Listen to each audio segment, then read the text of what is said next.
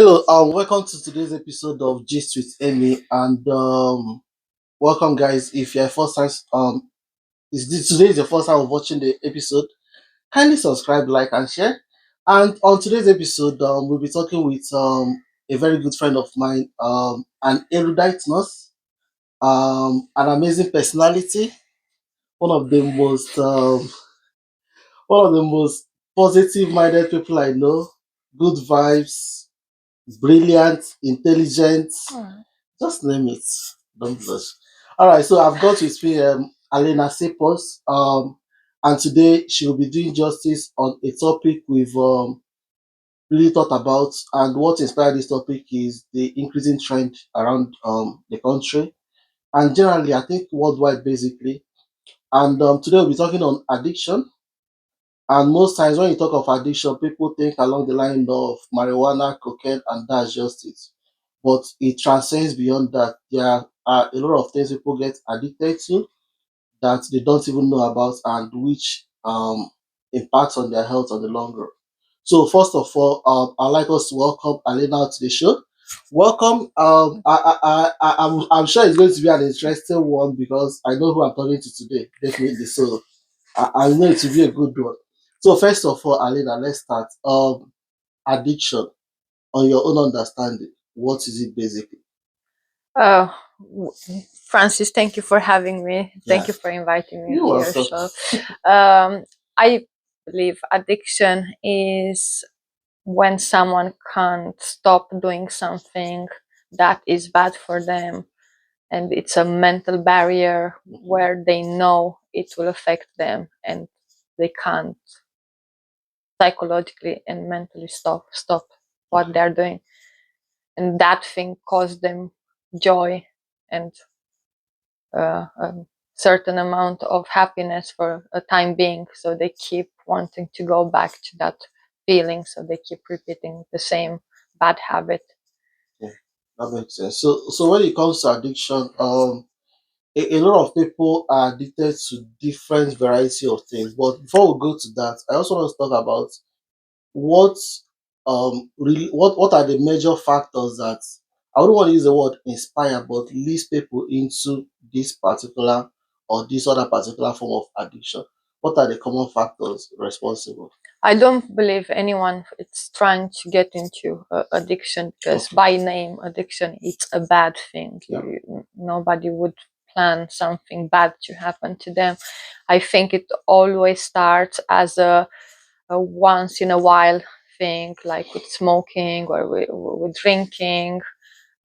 It's gonna be a social thing. It's gonna, for example, alcohol addiction. It's gonna be you start having a few drinks with friends, and slowly to make you happy, and slowly when you're sad, and slowly when you're alone, and slowly when you had a bad day at work, and slowly you need a drink with any occasion, and you wouldn't necessarily know it's an addiction until it becomes a problem in your life. So sometimes addictions can last years until you realize that they became an addiction. Yeah, that's true because most times, people there's this saying that there's always a first time to something. So eventually, you don't, like you said, you don't really plan on being an addict, basically, but it's just a normal day-to-day habit that transforms or metamorphoses into an addiction.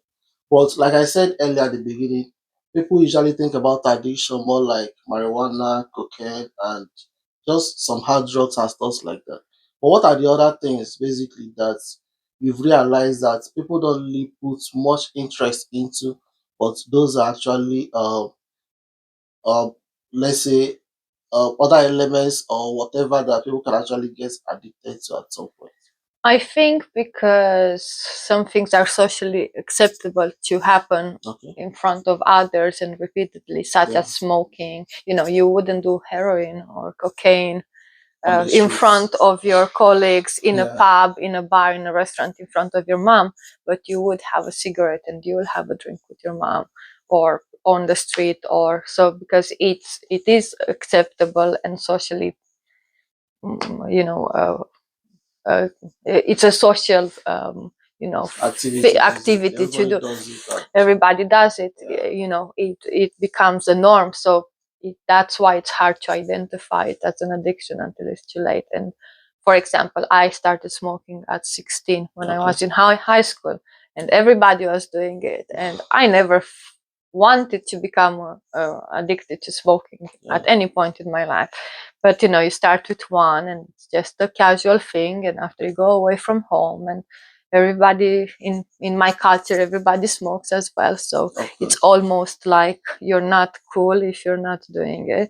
And yes, at some point I couldn't stop, and I wouldn't care if I had money to eat. I know, but this is it, because people are thinking heroin users or drug users are gonna steal or not eat or take money from wherever to feed their addiction. It's the same for alcohol, it's the same for smoking, it's the same for any addiction. It will eat your money away. And it also boils down to the extent or the level of addiction you're talking of. Because I know it varies even when it comes to smoking. Some people do like say 10 sticks a day, others do like 40 sticks a day. So But it still kills you, and it's still an of course on the addiction. long run, yeah. But then you mentioned something which I still want us to touch on.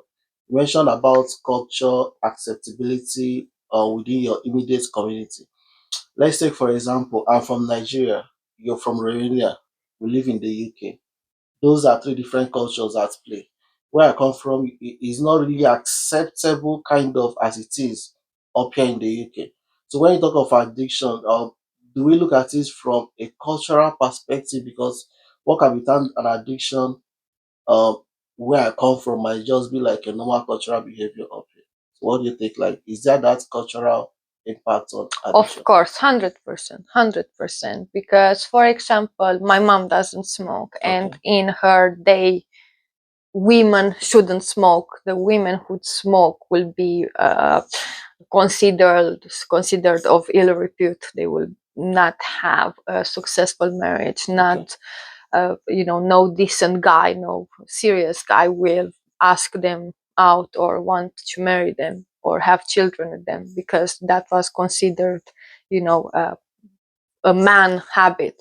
After a while, it became a woman's habit. So by the time I went to school and I started doing it, every girl in my class was doing it. So it became more of a, if you're not doing it, you're being It weird. has that element of peer pressure attached to it, kind of. So, and back then you could smoke indoors as well. So if you'll go Okay. to a restaurant, if you'll go to a club, if you'll go to a bar, anywhere, people would smoke indoors.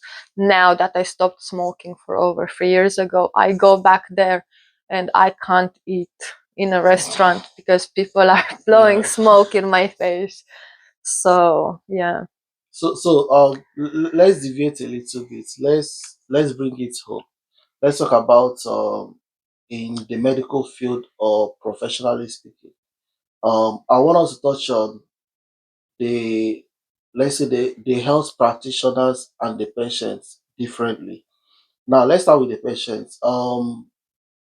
Do you have in the course of your job as a nurse, have you actually encountered some things that are considered a treatment regimen, but the long run metamorphose into an addiction? Like as per line of treatment for a patient, they get addicted to the drug, but then it's still a line of treatment.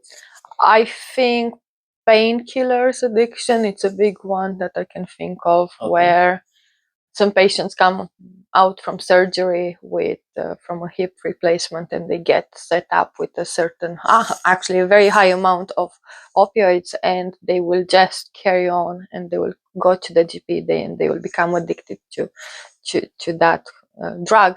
But that doesn't mean they're mentally set to be in pain. So because I don't think if you have a headache you necessarily should run and get paracetamol. I think you should see how bad, drink some water, Yeah. get some fresh air. Migraines are different, but I feel like especially in this country people are running for drugs, medication drugs, because they've been used to this kind of solution for their problem. I think the problem with addiction is not being able to recognize people who actually recognize. That's the first step of recovery kind of thing, where they always speak about it.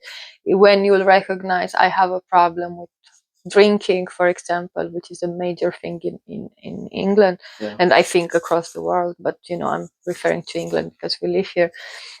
I think most of the nurses go home and have a drink, 2 drinks, but this is it. You wouldn't see the problem until you recognize it as a problem. So treating people on Fabrinex or this chlordiazepoxide, it wouldn't necessarily think, oh, I will end up like this one day, just because you don't see yourself as the problem. You won't see yourself, oh, but they're drinking 2 bottles of vodka. I'm drinking only one, so I'm not that bad. I don't drink in the morning. I drink only in the night. So people would find excuses of why their addiction. It's not an addiction as yet. bad as that makes sense. And then, uh, this whole discussion might not make much sense if we don't look at, like I mentioned earlier, what things people easily get addicted to that they are not even aware.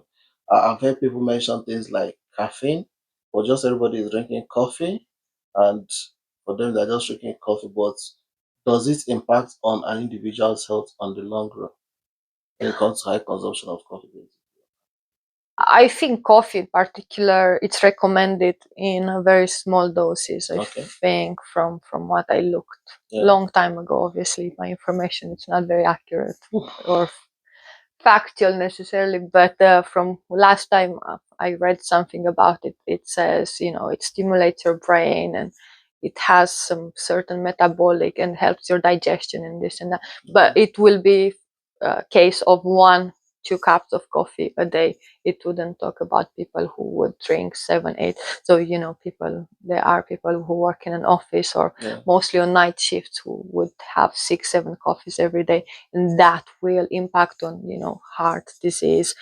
There are people who drink sugar, a lot of sugar in their coffee, and that's another health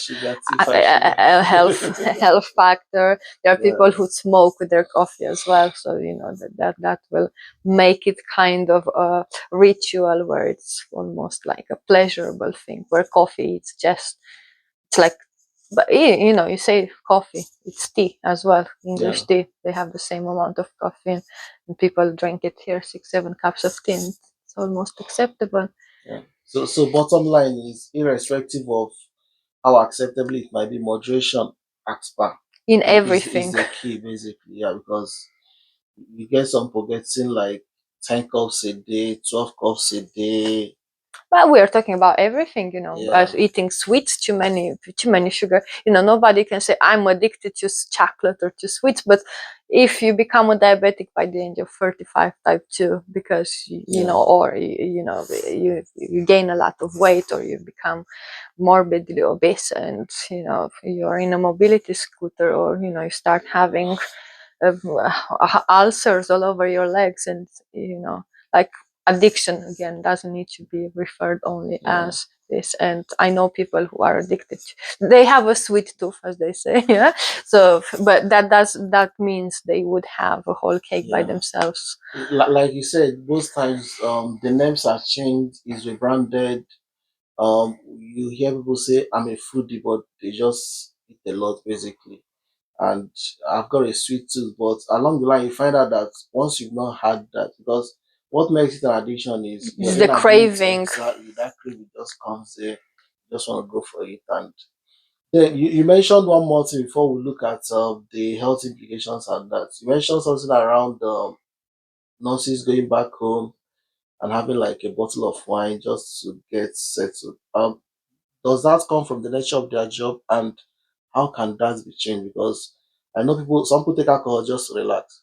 So does it mean that not does it mean, obviously their job impacts on their well-being, basically, but how can that actually be changed? Is there an alternative to doing a 12-hour shift, and all you just fall back to is a bottle of alcohol?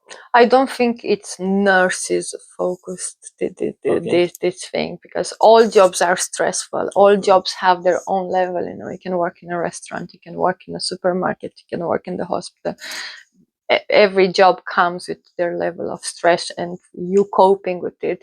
The problem with addiction in alcohol as an example is the release you think this will give you, and smoking as well. So when Yeah. I was smoking and I had a bad day and I would fight with someone, I would be shaking a little bit and go outside and have a cigarette, and ah, I calm down now.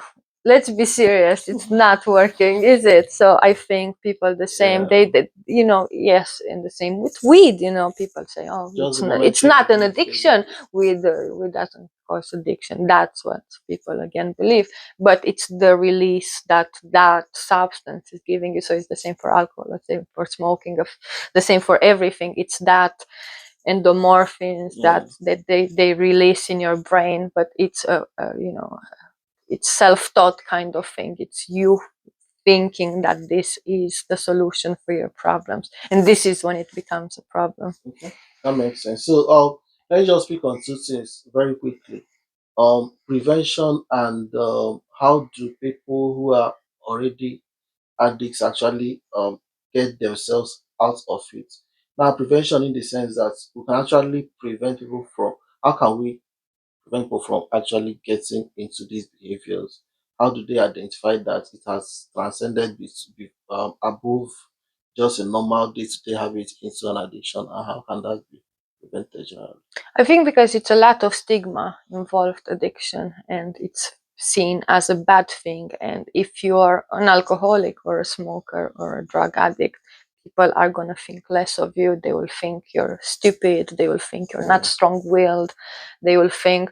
So I stopped by reading the book. I didn't try any other things. So in that okay. book, it says apparently, smokers are people who are not very strong willed, and the book would contradict this, and I would agree with the book to say you're very strong willed because even though you know it's gonna kill you and you're burning your money and you're Yeah. smelling horribly and you can't do it and you have to smoke in the rain or in the snow or have to go to the shop, and it is a stress. It's like Yeah. how you buy bread. I wouldn't think about bread. I will think about how many I have left until the next one. Will it last me until tomorrow Yeah. morning when I go to the shop? So that's more strong will than not doing it. So, Exactly.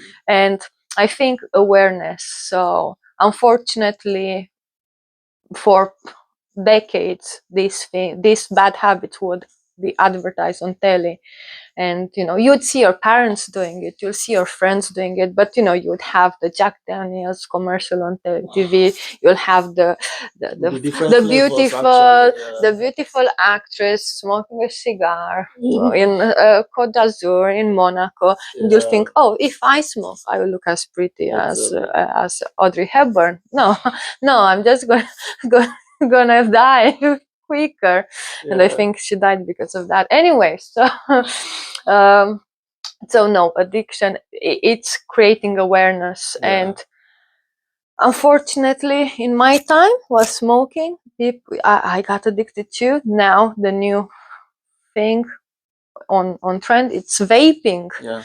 And you see people, kids who never smoked in their life, and vaping, it's supposed to be an healthier alternative to smoking, but they started vaping without never smoking just because that's what their parents do, Okay. that's what they see on the street. So but again, because this vaping, it's such a new thing that started now, you wouldn't see the bad effects of smoking when it started, or in the first 40, 50 years. You Yeah. would see it now after a while. So now we don't know what vaping is doing to your lungs and to your whole body until you'll have more research and more data and people doing it for a And in the longer long time. run, yeah, the symptoms basically starts manifesting.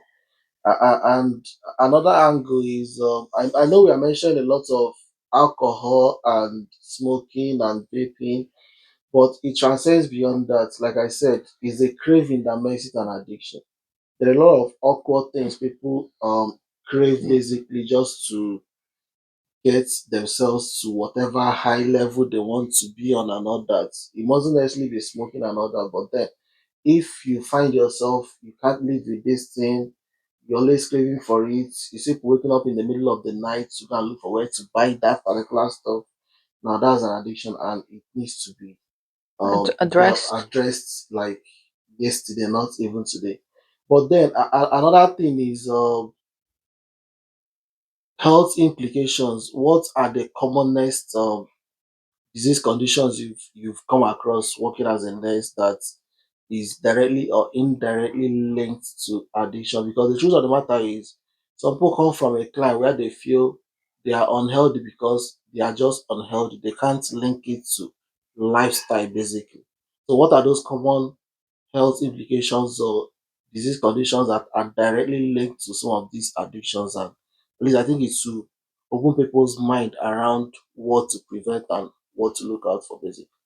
Well, every addiction is bad, and again, we are talking about mainly smoking and drinking, and I think they're the most common that I came across into when I worked on MAU and Yeah. on the emergency department, uh, and obviously the drug abuse, health implications. What people don't understand, because it's such a slow process of deterioration. Yeah. So what I've learned, what I thought as a smoker when I was doing it, I was like, well, my granddad lived until 83 and he was a smoker, so good chances for me. Or I would be like, 1 out of 4 people die of lung cancer, so Yeah. more good chances for me, I'm happy to take the risk.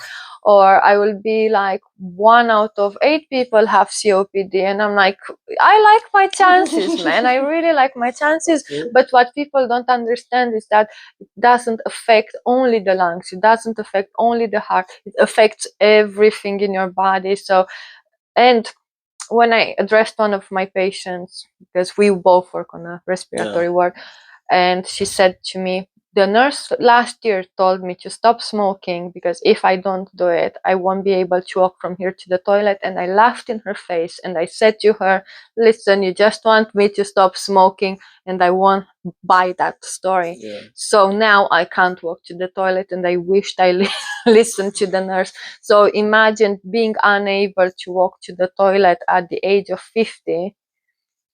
I don't think anyone wants this for themselves, just because you don't see it now because you're still healthy and young when you start and you like your chances, but when it's too late, it's too late. And this is what people don't realize. And with alcohol, the same, when you get liver cirrhosis or stomach cancer or anything like that, people will understand then when it's too late, well, this will kill me now. And they wouldn't stop anyway.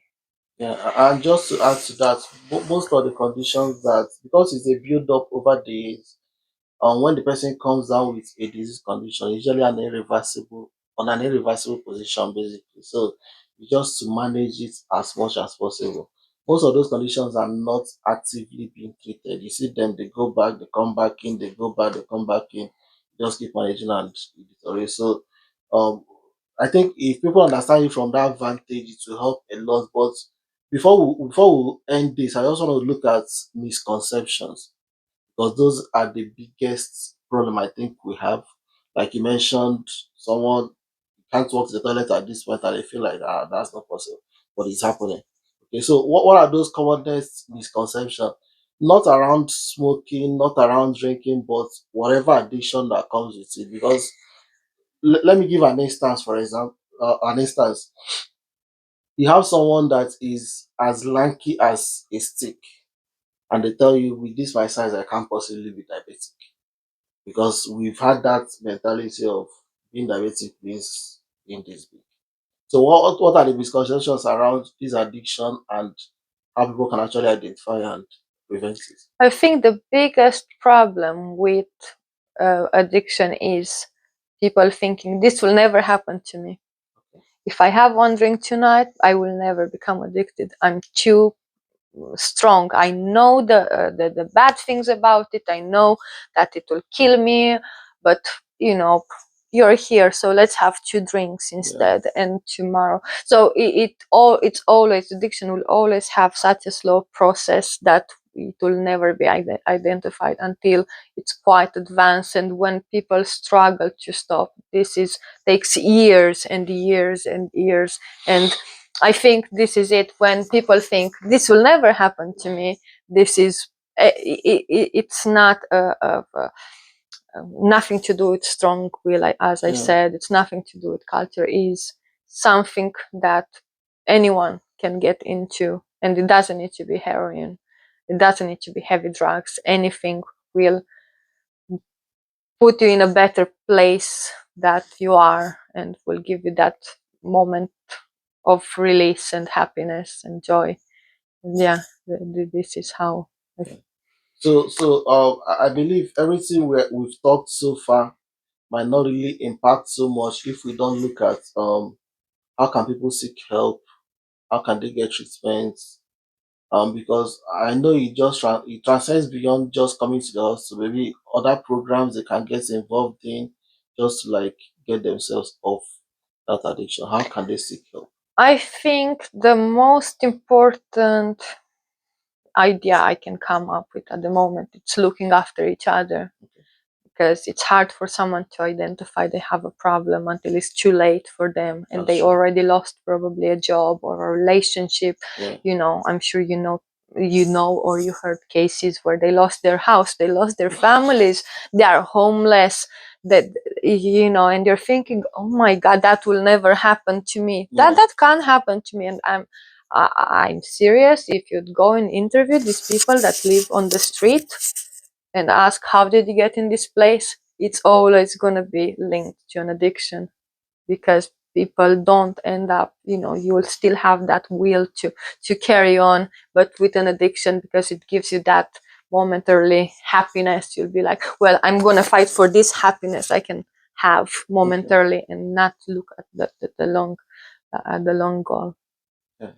So that makes sense. I think we've actually spoken around the whole addiction thing, and I don't think people are putting in enough energy, or maybe the level of understanding is not as much as it should be, and also the cultural aspect of it.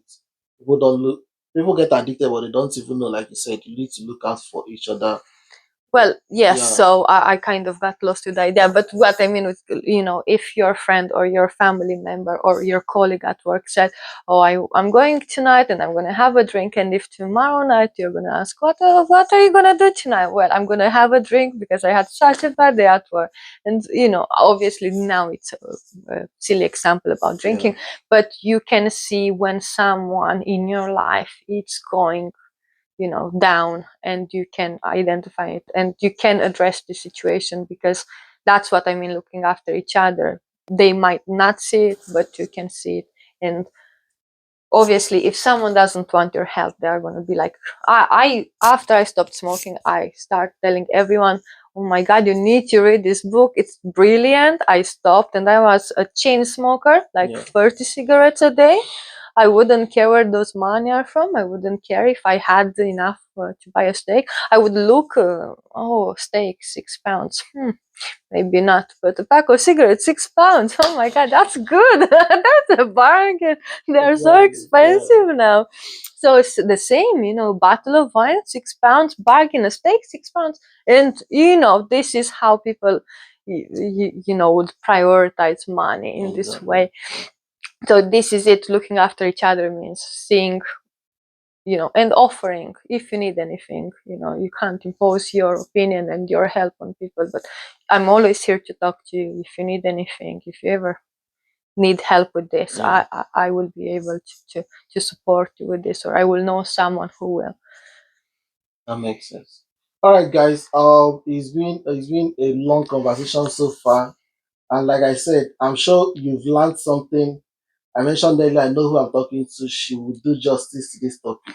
I know, of course. All right, so I'll see you guys next time. Until then, thank you, Alina, for coming. Thank you for It's been a having great me. pleasure. And you guys will be seeing her face more often, obviously. And I'm sure we've enjoyed this episode. Thank you, guys. See you next time. Like, subscribe, and share. The idea is not just to come out here and speak and go back home. It's just to get us to learn, to listen, and to engage at the end of the day. Thank you. Bye. Bye.